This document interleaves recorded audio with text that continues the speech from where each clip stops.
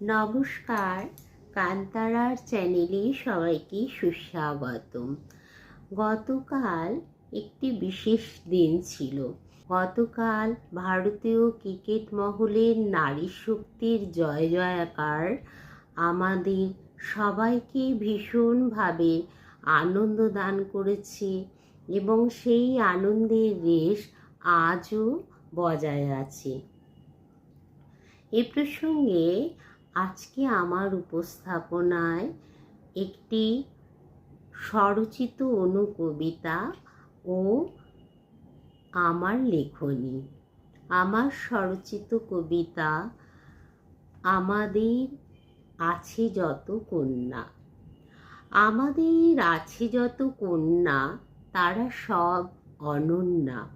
জগৎ সবাই শ্রেষ্ঠ আসন পাতিয়া, আপন মহিমায় তারা অসমান্না।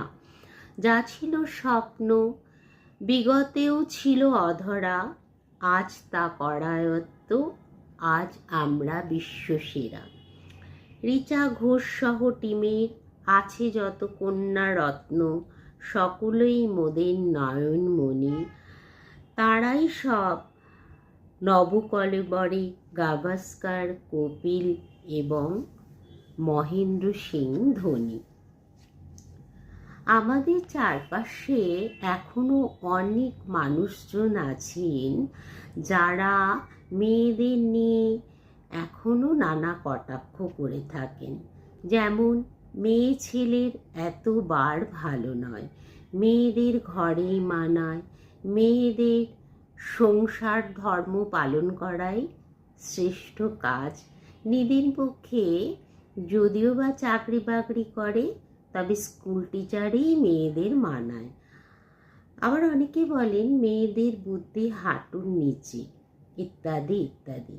যদিও এসব কথার উত্তর মেয়েরা তাদের সর্বস্তরের সাফল্যে চূড়ায় পৌঁছে আগেই দিয়ে দিয়েছে এবং প্রতিনিয়ত দিচ্ছে।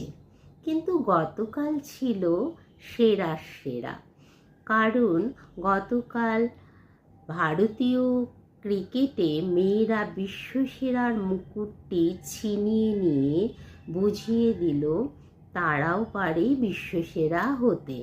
ক্রিকেটের এই জয়যাত্রা ভারতবর্ষের সর্বস্তরে নারীদের এগিয়ে যাওয়াতে আরও উদ্বুদ্ধ করুক, যেভাবে আমাদের সকলকে উদ্বুদ্ধ ও অনুপ্রাণিত করেছে।